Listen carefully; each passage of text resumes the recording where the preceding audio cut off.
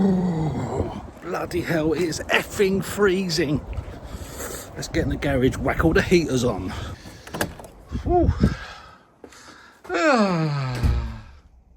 I'll tell you what, old Greta Thunberg's not going to be a fan of me. Everything, max. Radiator on. Right, let's crank this baby right up to 11. Okay, so what I'm going to do today is, for the first time ever on this bike, is check the spark plugs, just to see how they look and see how easy the process is. The last time I've checked spark plugs on a bike was, let me think, oh my god, it would have been my original VMAX. And the last one I had of those is probably going back about 18 years, something like that. So it's been a while. And the only reason I haven't done it on a bike since then, because with the VMAX you had the V4 configuration engine, and it was a naked bike obviously, so all the plugs were easy to get to, as it is on this one. So they're right on the side of the cylinder head here. So I've had to buy a specific tool to take the leads off the top of the spark plug, which I'm going to show you. I shall leave the links down below for everything. Again, not an affiliated thing, not a sponsored thing, just me having a go at this and putting the information out there. So let's just get cracking.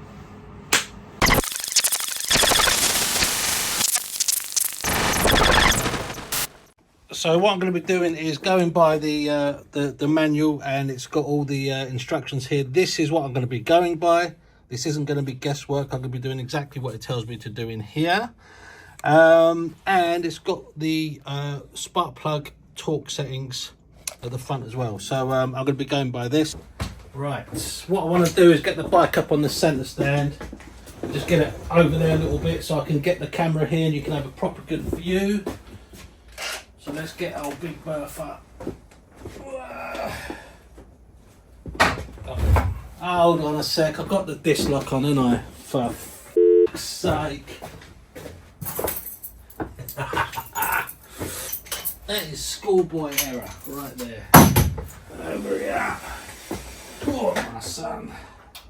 Actually, it's probably better if I don't put it on the centre stand, because you get a bit more of access to it when it's tilted up a bit. So I'm going to leave it on the side stand, get it over here a bit more.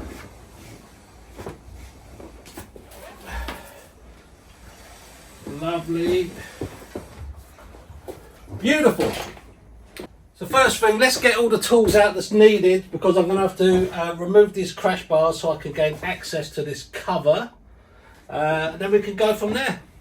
Alright, so looking at this crash bar, there is one bolt there, there is one just in there, one there, and one there.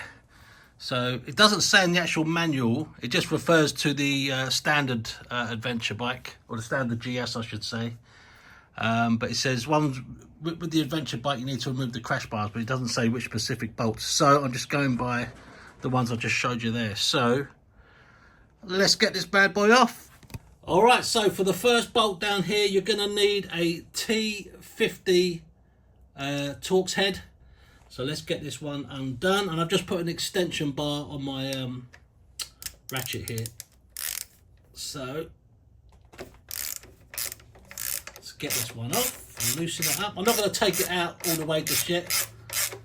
Just loosen it off a bit. And for round here, on this one, and the one in there, you are going to need a T40 Torx head.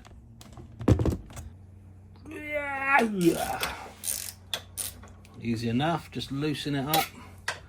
Don't want to go crazy, Billy, don't go crazy.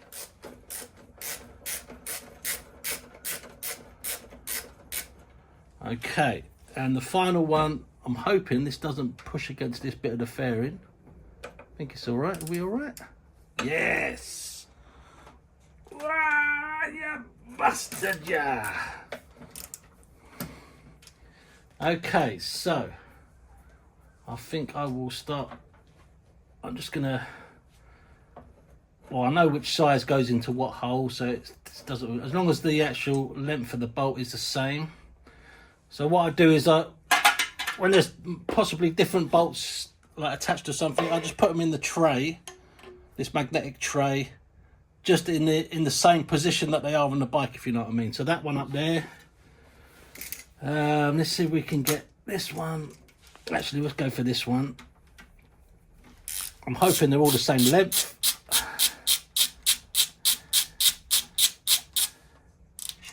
No, you see that was a little bit longer. So that's the bottom one, the bottom right one, and right, what does that give us?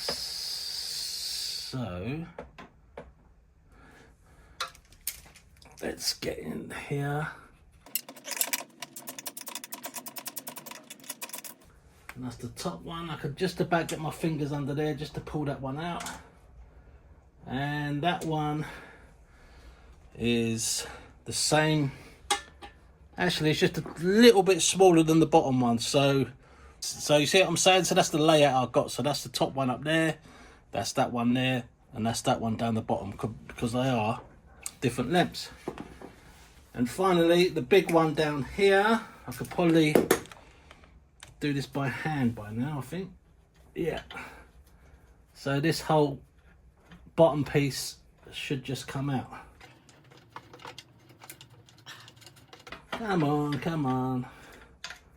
There we go. So that slots under there. Oh, so just so you're aware, the spotlight cable is also clipped into it as well, so just be careful when you take that out. So there it is. All right. Now, what you could do in situations like this is what I've done in the past is you can put the bolts back in the holes, but 9 times out of 10 I end up kicking the bloody thing on the floor. The bolts fly out, and I don't know where I stand. So I'm just going to stick to the old magnetic tray method on this one, I think. All right, put him over there. Well, maybe you should be more careful, Billy. Yeah, maybe I should. Who knows? Right, so next step. There's a little screw just in there, which is another Torx head. And that one is going to be, let's have a look. Maybe that one, let's just double check. Yes, that's the one. That is the one. Let's just double check another one. No.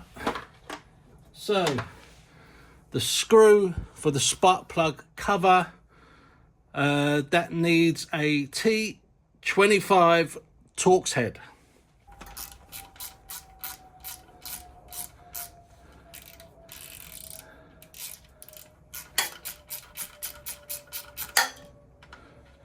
And also make sure you whack the exhaust with your ratchet when undoing the screw. Okay, so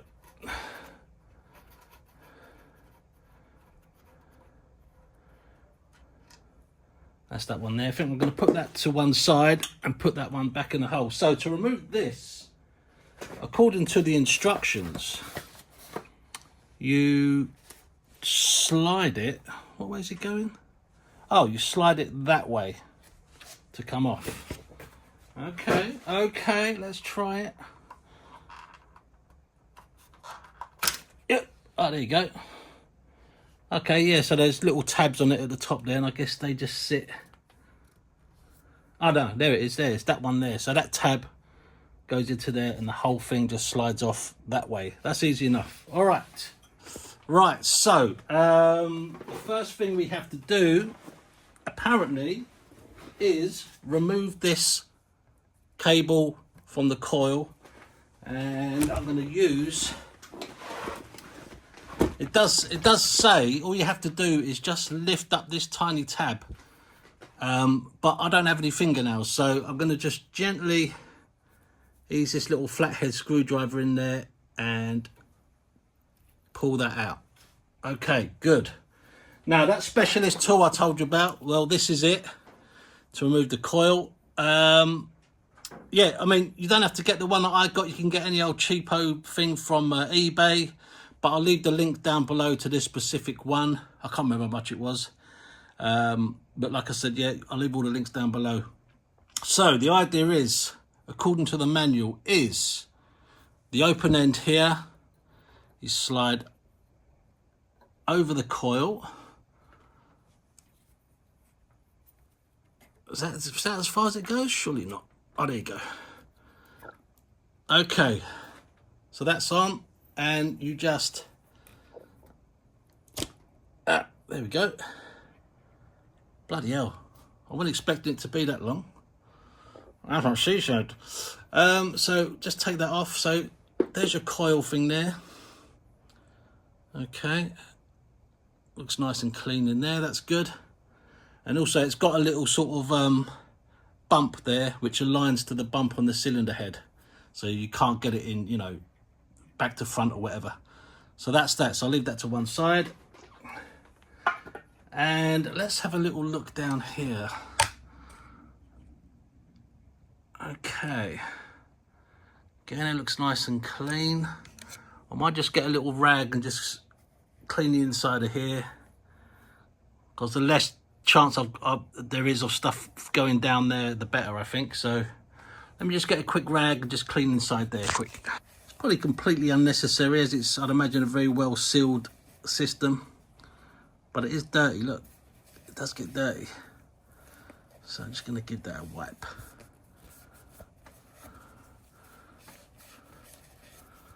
Lovely stuff. Okay, so let's get the spark plug out and have a look.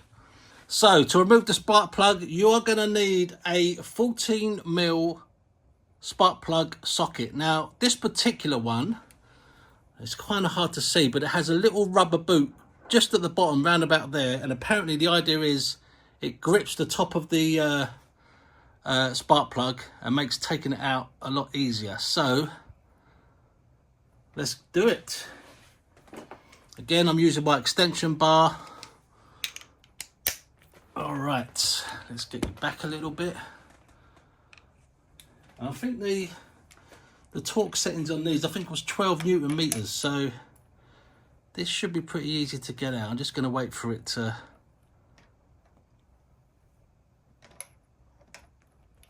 Am I anywhere near it? What's going on? Oh, there you go. Okay, I'm on. Right, yeah, that's nice and easy.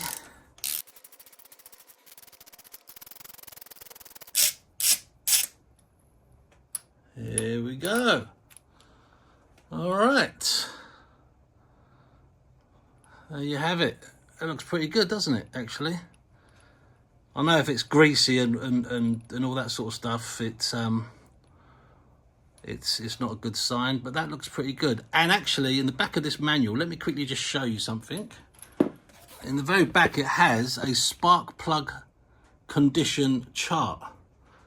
And it tells you, you know, that's a normal condition, ash deposits, carbon fouling, oil fouling, worn plug, etc., etc. So just comparing it to that, and my one does look a lot like that one, which is good. All right, let's put this back, and away we go.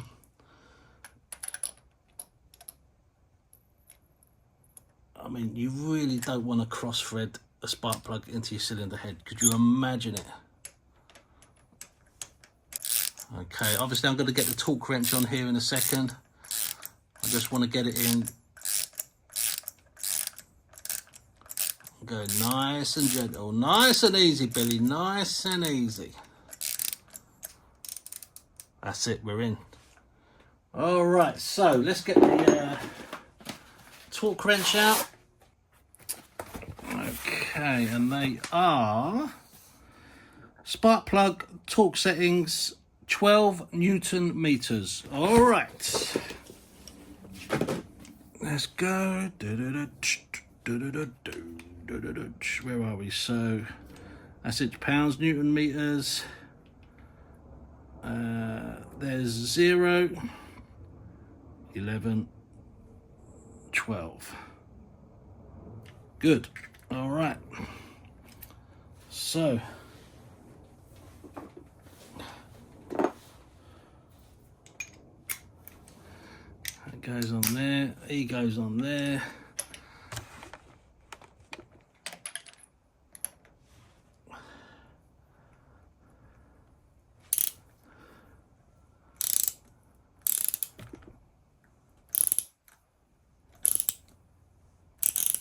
Still a lot of thread to go on here, that's fine.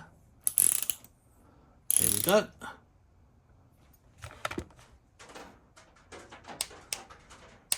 That's it, done. Come on. Whee! All right, so good. That wasn't too bad actually. So now it's just the reverse of everything. So I'm just checking inside, make sure that's all nice and straight and looks good. There's no junk down there. That's fine. Do I need to clean it out? No, that looks good. Put that on, make sure the little bump is at the bottom. And yeah, it does go quite far in, just until it reaches the top of the cylinder head there. Make sure you put your plug back in, or your lead, whatever you want to call it. That's it. All right. Yappa. That's in. So the cover, where did I put the cover?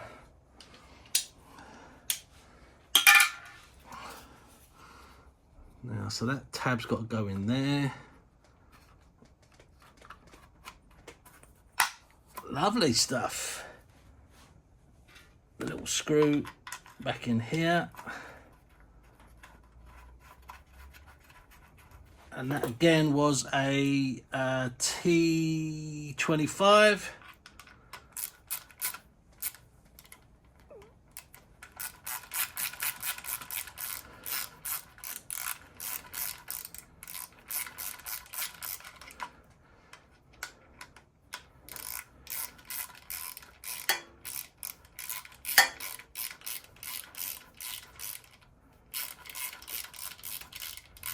All right, and I think, you know, obviously it's going to be exactly the same for the other side with removal of the crash bars, etc. Okay, so do you want to see me putting the crash bars back on? Yeah, let's do it. All right, so let's move you back here. Let's get these crash bars back on. And one goes there. Bit of a fiddle getting these crash bars back on. Now, why isn't this hole lining up with this? All right. You know what? The hardest bit about that whole job was getting these crash bars back on. And the reason why I was struggling is because this upper bracket up here needs to go behind the actual hole itself, so the bolt goes through and then into the crash bar, not through the crash bar into the hole. So that's why I was struggling. I couldn't get it all lined up, and I just checked the other side, and that's what it was. So we're all good. So let's get this back on here. This is the one I was struggling to get aligned, this one up here, but now it goes right in, no problem. All right, let's have a little sit down on Big Bertha here. Okay, so yeah, really straightforward job. Pretty simple, apart from the misalignment of the crash bars, which was completely my fault. But then I just checked the other side, see what I did wrong, and corrected it, and we're all back in action. So like I said, that little coil puller tool, I'll leave the link down below for that down below. But if you just Google, I don't know, BMW GS spark plug coil puller, there's loads and loads on eBay, a couple of quid. So if you want to do the job, you will need one of those things. Yeah, that's it, guys. Thanks for watching again, and I'll see you all very soon, I hope. Take care, guys. Yeah, see you later on. Bye-bye.